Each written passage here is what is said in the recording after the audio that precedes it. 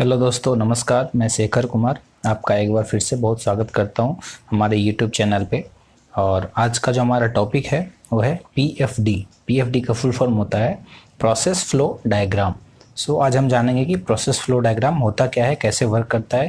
Basically ये किसी भी प्रोसेस को मैप करने में काम आता है। सो आइए हम आगे जानते हैं कि पीएफडी होता क्या है। What is PFD? So PFD का definition है a process flow diagram is a diagram to use in any industries to indicate the general flow of plant processes and equipments। ये क्या है? PFD क्या करता है? PFD किसी भी इंडस्ट्रीज में, चाहे वो ऑटोमोटिव सेक्टर हो या हैवी मशीनरी सेक्टर हो या सर्विस सेक्टर हो, किसी भी सेक्टर के जनरल प्लांट के फ्लो को, उसके प्रोसेस के फ्लो को, उसके इक्विपमेंट के फ्लो को इंडिकेट करता है कि हमारा जो एक पूरा प्रोसेस रहेगा, पूरा एक सिस्टम रहेगा, वो किस वे में, किस किस स्टेप्स में वो फ्लो करेगा, किस किस स्टेप में हम उसमें आगे बढ़ेंगे। दूसरा जो डिफिनीशन है, it is the sequence of activities. इसमें क्या है, हमारे पास जितने भी एक्टिविटीज़ हैं हमारे प्रोसेस में, उसके सीक्वेंस को इंडिकेट करता है। उसको हम बोलते हैं PFD, प्रोसेस फ्लो डायग्राम।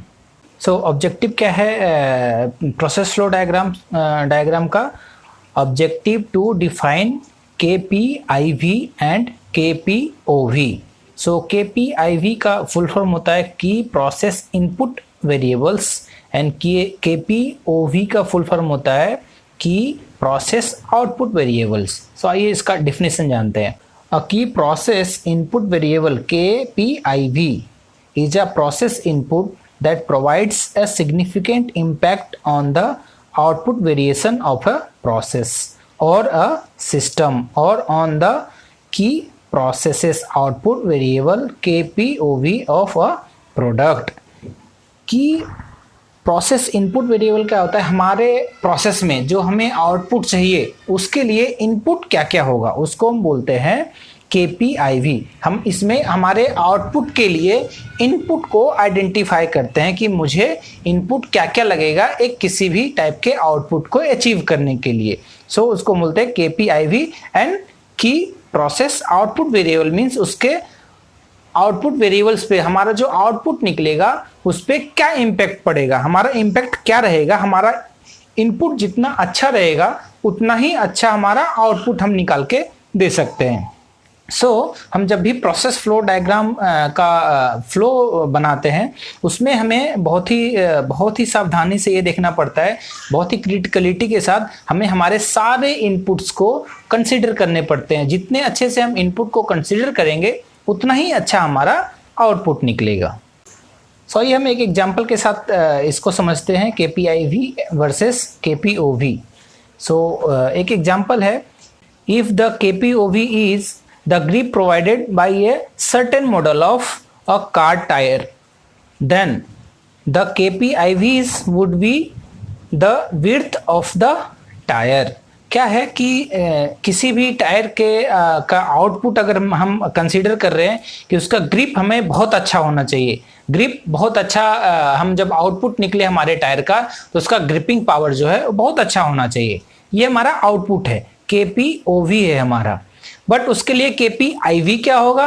हमारा KPIV होगा कि width of the tyre. Tyre का विड्थ जितना ज़्यादा रहेगा उतना ही ग्रिप बढ़िया होगा। हम इसमें KPIVs को अच्छे से डिफाइन करेंगे, आइडेंटिफाई करेंगे, तो मेरा KPOV जो है वो जो हमें डिजायर्ड आउटपुट चाहिए वो मुझे मिल सकता है। PFD का एग्जांपल हम यहाँ पे देखते हैं। ये एक PFD है, एक एग्जांपल के तौर पे दिया गया है। उसमें हम क्या करते हैं, ऊपर के पोर्शन में जो फर्स्ट टाइटल होता है उसमें सप्लायर का नाम लिखते हैं, पार्ट का नंबर लिखते हैं, पार्ट का नेम लिखते हैं, फिर हमारा डेट लिखते हैं, रिवीजन अगर कुछ है तो रिवीजन लिखते हैं, फिर रिवीजन डेट लिखते हैं, फिर PFD नंबर, हमारा जो प्रोसेस फ्लो डायग्राम का नंबर है, नंबर लिखते हैं, कौन इसको प्रिपेयर किया वो लिखते हैं, फिर कौन इसको अप्रूव किया ये लिखते हैं। ऊपर के टाइटल में हम जो बेसिक इन्फॉर्मेशन है हमारे इस प्रोसेस फ्लो डायग्राम के लिए, ये सारा हम ये इतने से पोर्शन में हम लिखते हैं। उसके बाद यहाँ से स्टार्ट होता है हमारा पीएफडी का एक्चुअल वर्क। सो यहाँ पे प्रोसेस नंबर लिख दें, ऑपरेशन नंबर जिसको बोलते हैं, फिर इसका ब्रीफ की अगर OP10 है तो OP10 में हम क्या प्रोसेस करने वाले हैं, फिर उसके बाद उसमें क्या क्या इम्पैक्ट वेरिएशन क्या क्या आने वाला है वो हम लिखते हैं। यहाँ पे सीक्वेंस नंबर लिखते हैं कि सीक्वेंस नंबर क्या रहेगा, फ्लो सीक्वेंस। उसके बाद फिर हमारा प्रोडक्ट कैरेक्टरिस्टिक्स, उसमें हम क्या चेक करेंगे, क्या क्या चेक करने के लिए उसमें हमने कंसीडर किया हुआ है। फिर प्रोसेस कैरेक्टरिस्टिक्स, एक होता है प्रोडक्ट कैरेक्टरिस्टिक्स, एक होता है प्रोसेस कैरेक्टरिस्टिक्स। तो प्रोडक्ट कैरेक्टरिस्टिक्स मतलब होता है कि प्रोडक्ट के स्पेसिफिकेशन, कि हमारे प्रोडक्ट का स्पेसिफिकेशन क्या है। लाइक आपका हाइट हो सकता है, आपका लेंथ हो सकता है, आपका डाया हो सकता है, ये सारा जो है वो है product characteristics. But process characteristics में हमारे मशीन से रिलेटेड जो भी डायमेंशन होते हैं वो है। लाइक हमारे मशीन का टेम्परेचर कितना होना चाहिए, उनके प्रेस पावर कितना होना चाहिए, उसमें एयर फ्लो कितना होना चाहिए, ये जो सारा चीज़ है वो है प्रोसेस कैरेक्टरिस्टिक्स के बारे में हम यहाँ पे डिनोट करते हैं। सो आप इस एग्जांपल में देख सकते हैं कि यहाँ पे ऑपरेशन में OP10 दिया हुआ है, OP30 दिया हुआ है, OP40 दिया हुआ है, OP50 दिया हुआ है, OP60 दिया हुआ है। ये आपका ऑपरेशन नंबर है। और OP10 में होगा क्या वो इस दूसरे स्लाइड में दिया गया, दूसरे कॉलम में दिया गया है कि OP10 है तो रॉ मटेरियल इंस्पेक्शन करेंगे हम OP10 में। OP20-30 में क्या करेंगे, उसका सीयरिंग करेंगे। फिर OP40 में क्या करेंगे, उसका नॉचिंग करेंगे उस मटेरियल का। फिर OP50 में क्या करेंगे, उस मटेरियल का हम पंचिंग करेंगे। फिर OP60 में क्या करेंगे, हम उसको जॉगिंग करेंगे। फिर OP70 में क्या करेंगे, उसको रोलिंग करेंगे। ऐसे ही आगे सीक्वेंस बढ़ता चला जाएगा आपका पूरा जो प्रोसेस का आउटपुट है वहाँ तक।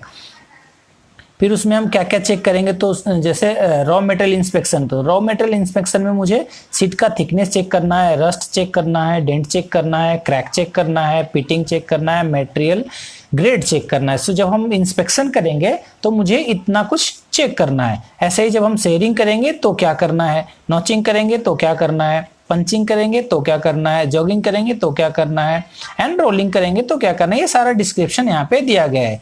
सो ऐसे पूरा एक प्रोसेस फ्लो डायग्राम बनाया जाता है। Symbols to be use during process flow mapping. Symbols to be use during process mapping. So हम क्या क्या सिंबल्स यूज़ करते हैं जब किसी भी प्रोसेस के मैपिंग को कर रहे होते हैं। सो ये कुछ एग्जांपल्स हैं इस स्लाइड में जो कि हम यूज़ करते हैं हमारे प्रोसेस के मैपिंग करने के लिए। लाइक जब मुझे प्रोसेस का फ्लो करना हो तो मैं एरो का यूज़ करूँगा। फिर मुझे डिसीजन का, लाइक कुछ इंस्पेक्शन डिसीजन है या कोई दूसरे टाइप का डिसीजन प्रोसेस करना है तो मैं ये सिंबल का यूज़ करूँगा। फिर मुझे मटेरियल का स्टोरेज जहाँ पे दिखाना है तो वहाँ पे मुझे इस सिंबल का यूज़ करते हुए उसके अंदर मुझे स्टोरेज के डिफिनेशंस को डालने पड़ेंगे। कोई प्रोसेस में डिले हो रहा है तो मैं ये डिले प्रोसेस का सिंबल ये है तो हमें उसको डालना है। फिर चेकिंग स्टेप्स, आपको इंस्पेक्शन करना है तो आप यहाँ पे चेकिंग स्टेप्स का ये डाल सकते हैं, ये सिंबल है आपका। फिर ट्रांसपोर्टेशन आपको करना है तो ट्रांसपोर्टेशन के लिए ये सिंबल, आपको ये वाला सिंबल यूज़ करना है ट्रांसपोर्टेशन सिंबल्स के लिए। सो ये सारे सिंबल्स हम जब प्रोसेस मैपिंग करते हैं तो इतने सारे सिंबल्स और इससे ज़्यादा भी सिंबल्स यूज होते हैं। कुछ एग्जाम्पल्स देके मैं बताने की कोशिश किया हूँ यहाँ पे। सो इससे ज़्यादा भी और इतने से कम में भी हम अपने प्रोसेस को मैप कर सकते हैं। हमारा प्रोसेस कैसा है इस पे और पूरा डिपेंड करता है।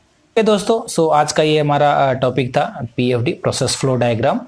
ये बहुत ही टेक्निकल टॉपिक्स है। अगर इसमें कोई भी आपको क्वेश्चन हो तो मुझे ज़रूर gmsinstitute2020@gmail.com पे भेज सकते हैं।